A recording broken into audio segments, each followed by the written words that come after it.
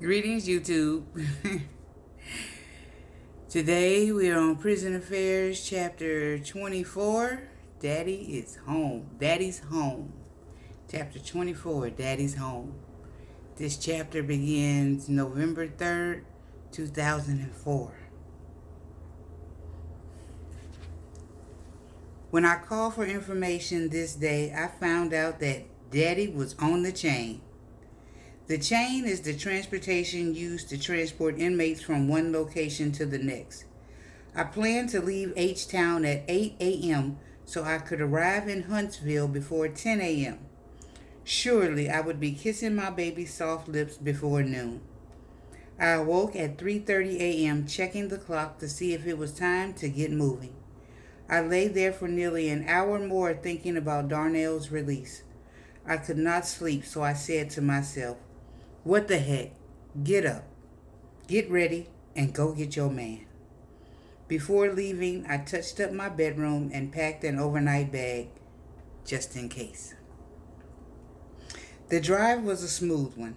I floated on cruise dang near the whole way there and back. I arrived to pick up Daddy at 8 a.m.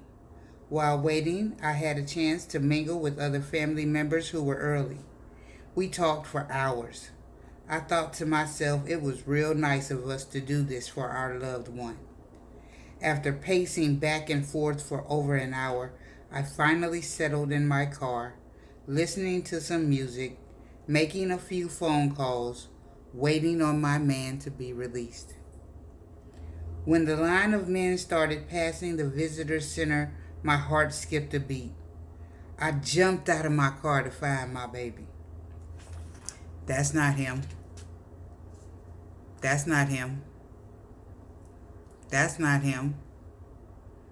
Where's my baby? Seconds later, I spotted him looking for me. "Here I go, Daddy," I said with a huge smile on my face. He looked at me and flashed a huge smile himself. Swiftly, he walked over to where I was standing and gave me a quick kiss. "Let's get out of here," he said. It felt good to drive away from the prison with him in the car with me. We stopped at Popeye's to get some chicken because I had a coupon and it was on the way. I gave him his cell phone that I had purchased for him to call his family. I was excited to hear him talk to them. He was shouting and it made me smile in my heart. Stupid Texas. They know they need to let these men use the phone. After he finished his calls, we ate, talked a little bit, pumped up the music, and rolled slab. Unbelievably, we were pretty quiet until we were almost home.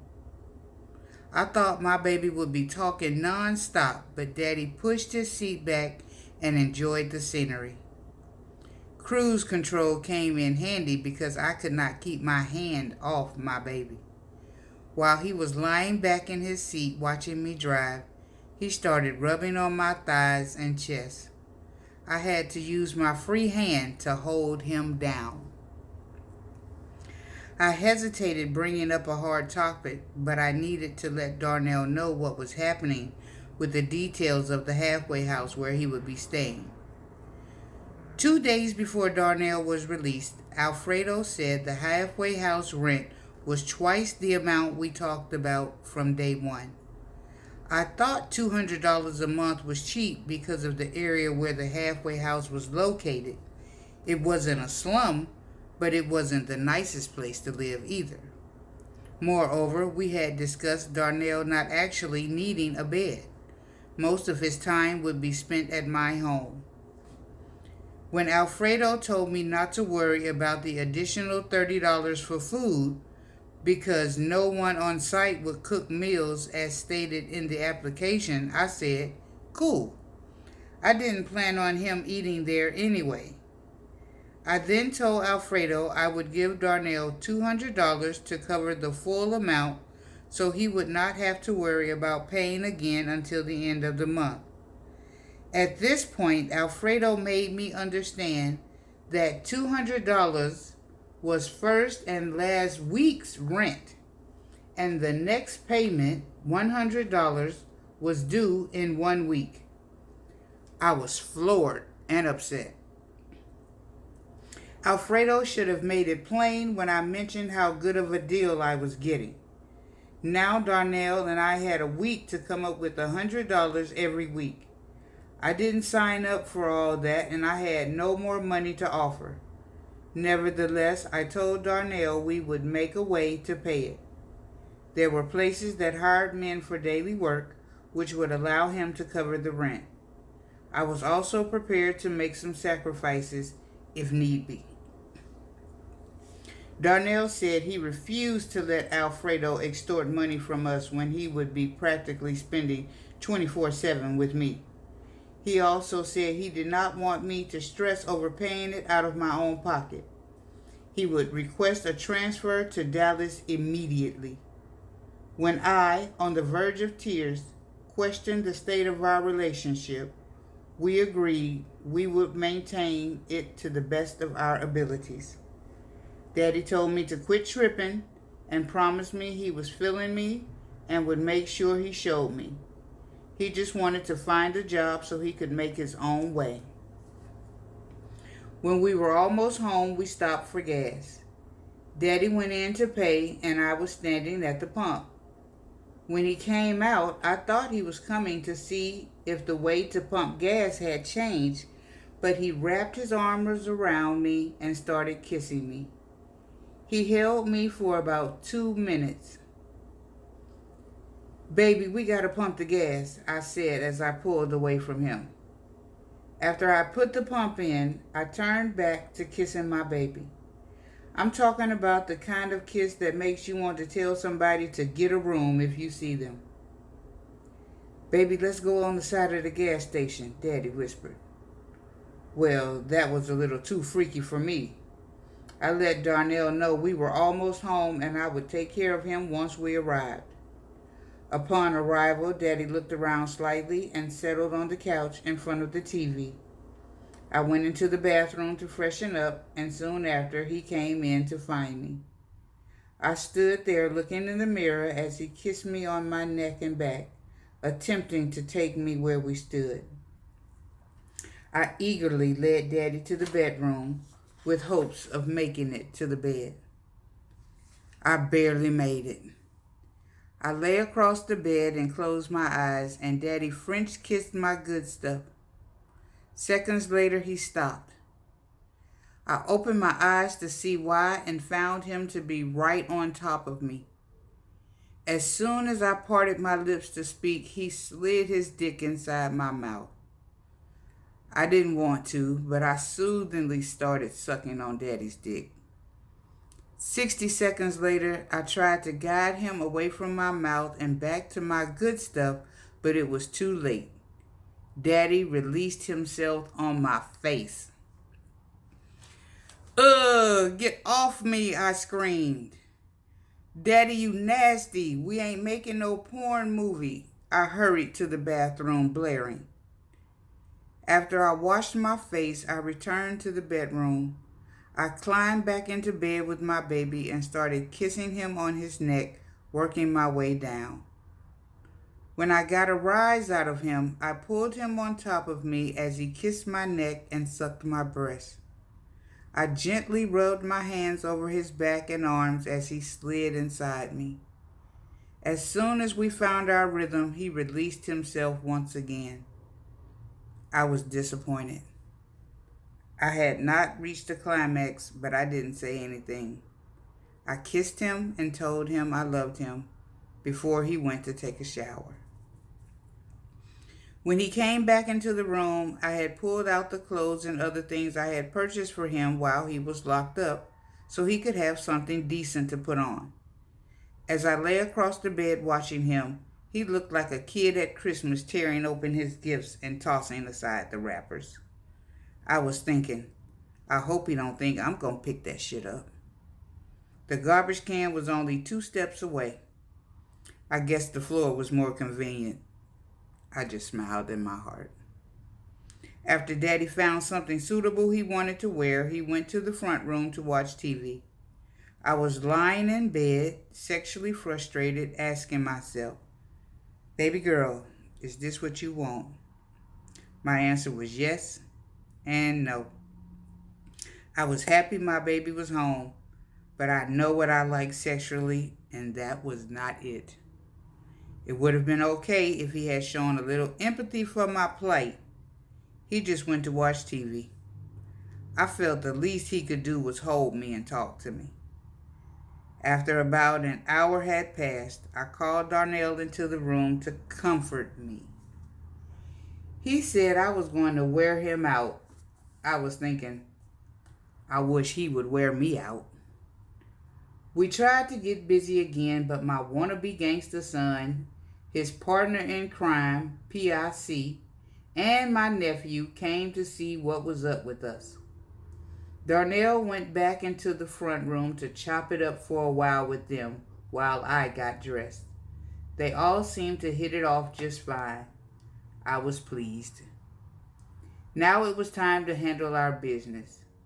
We made a stop at the bank so I could withdraw $200 for Darnell's rent and cash the check he was given. Upon release, he was given gate money, $50, and would receive another check for $50 once he reported to the parole office. Lord knows I did not want to give up my little bit of change, but I promised I would. I was thinking from now on, I would be more careful about saying what I would do too quickly, especially if I am not going to do it with a cheerful heart. When I put the money in Daddy's hand, he just sat there for a moment and looked at it. Some of the bills had the new big face on them that he had never seen. Additionally, he had not touched paper money in 9 years. I wish he could hold on to the bills a little longer, but Alfredo was waiting to meet us at the halfway house. After we handled our business at the halfway house, we went to meet my sister Carolyn, who lived a block away.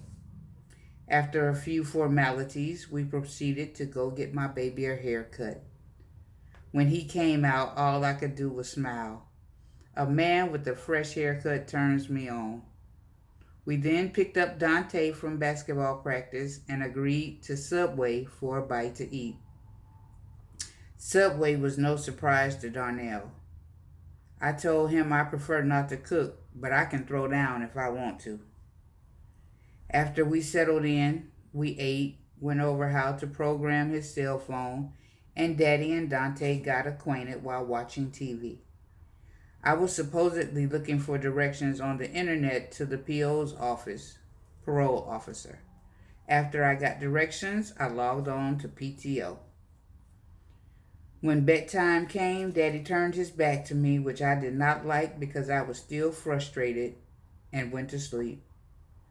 I held him tight with my chest pressed against his back and fell asleep as well. The next day was just as busy as the day before.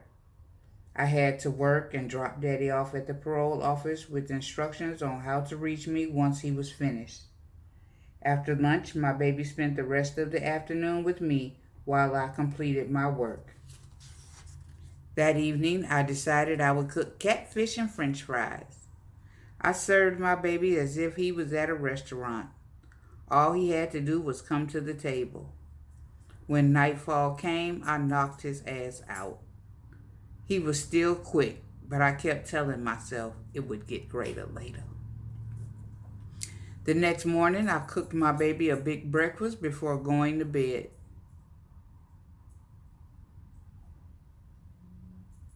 The next morning, I cooked my baby a big breakfast before going back to bed. He watched TV in the front room and, to my surprise, washed the dishes I used. That afternoon, as I was doing my usual cleaning routine and paying a few bills, we heard a knock at the door. Daddy was closer, so I asked him to get it. To both our surprise, Daddy opened the door to find his mom standing there with a huge smile on her face. We knew she might be coming, but did not know when. I was a little uneasy, but ready for come what may. I also met his aunt. Both women were very nice. We chatted for a few hours before we went to Papado's for dinner. When Daddy was getting dressed for dinner, he asked me, "Are you going to be here when we get back?" I was floored. I thought I was going to. Okay, Christine, I thought, no big deal. I helped my baby get dressed and settled in the front room on the couch. When his mom asked why I was not going, I told her that I thought my baby wanted to have dinner with them alone. Darnell declared he was simply not sure what his mom wanted and did not want to overstep on his own invitation. Once that issue was cleared up, he, his aunt and mom, Dante, and myself climbed into his aunt's Navigator and headed for the restaurant. The food and fellowship at dinner was good. I asked my baby if he were uncomfortable being around all the people, and he looked at me as if I had insulted him. At one of our visits, I shared with him and Chrissy everything I had been reading about how to prepare and treat a newly released inmate, and they laughed at me. Darnell insisted I be myself and not worry about his adjustment. I complied. I said Daddy's aunt and mom could spend the night with us so we all could kick rocks before their scheduled departure the next day. Darnell was a little apprehensive about getting busy with his mom in the next room, but I assured him I would not make him cry out. We did a little 69ing before he penetrated me, and it was all good. He was quick once again, but oh well. Sunday morning, my baby got to spend some quality time with his aunt and mom without me around when they went to holler at Walmart. Dante and I stayed home to clean up. As I was putting Daddy's papers back in order, I noticed that he had removed the address label from the envelope that he was showing his mom. I assumed he did so because he did not want his mom to see my first name with his surname. Even though I was hurt, I never mentioned it to him. After his mom and aunt left Houston, we spent the rest of the day chopping it up around the crib. I took a week vacation from November 8th through November 12th so Daddy and I could handle his business. On Monday, we went to the Social Security office so Daddy could get his Social Security card replaced, and to the Texas Workforce Commission to find a job. Applicants can only be seen by appointment at the Texas Workforce Commission, so he made one and we went to lunch. During lunch, I asked Daddy to stop addressing me as Say and call me Christine, baby, or mama. He said it was simply a habit. I told him I was going to break him from that habit by not acknowledging him when he does so. He wasn't calling me Say when I visited him. That evening, I took him to the halfway house to meet his parole officer and to meet his... That evening, I took him to the halfway house to meet with his parole officer the next day. The officer never showed up. On Tuesday, I picked Daddy up and took him to get a copy of his birth certificate. He could not get it because he did not have state-issued identification. The identification he received in prison was not acceptable. Moreover, he could not get state-issued identification without a birth certificate. He would need someone from his immediate family to get his birth certificate for him and was extremely upset. When we walked past the window with the sign saying marriage license, I jokingly said, "Let's go get ours."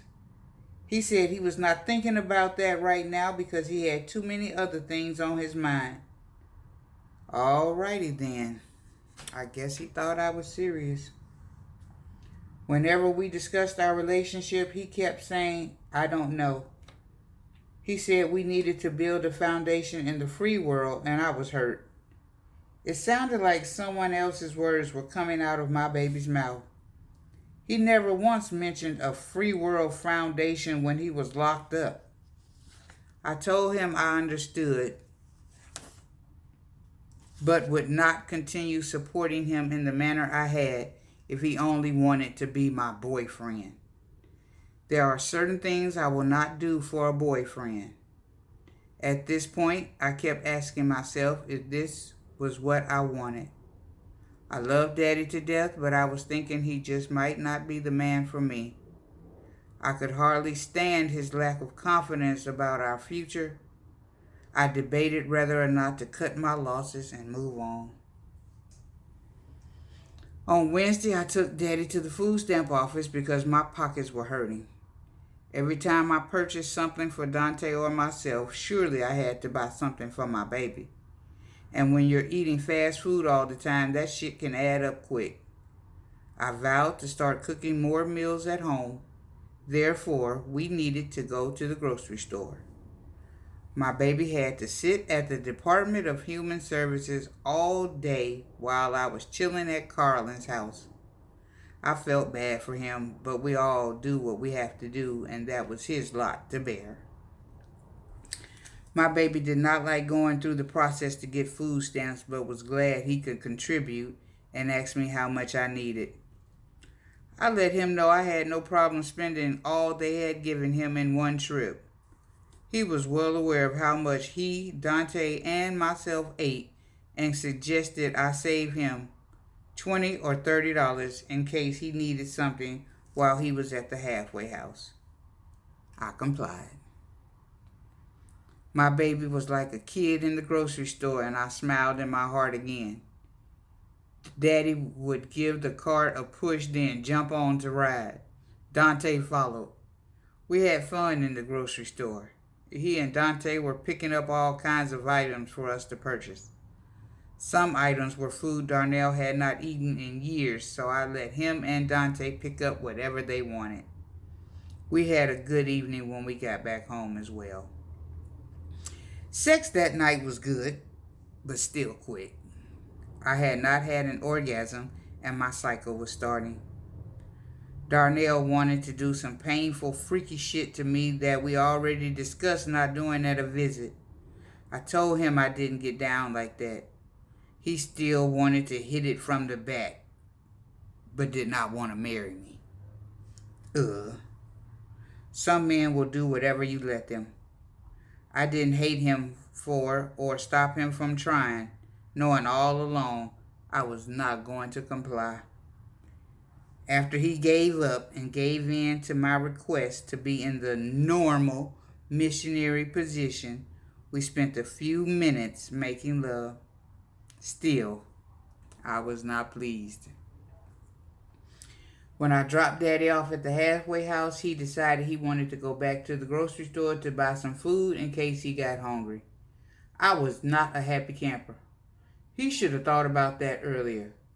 My tummy was starting to hurt, but I did not complain. I sat in the car while he shopped and impatiently waited for him to come out. When I dropped him off, I asked for a kiss, and he was very cold. He gave me a quick kiss, and I drove home in tears. It wasn't supposed to be like this. When I got home, I couldn't sleep, so I decided to write Carl. I didn't give him any details, but let him know I was not happy. I knew he would comfort me, even if it were via mail a week later.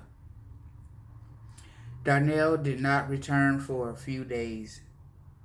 He was supposed to hook up with the other men staying at the halfway house and do day work so he would have a little bit of change. When I spoke with him on the phone, I let him know that I was stressed about not having an orgasm and promptly apologized if I upset him after I said what I had to say.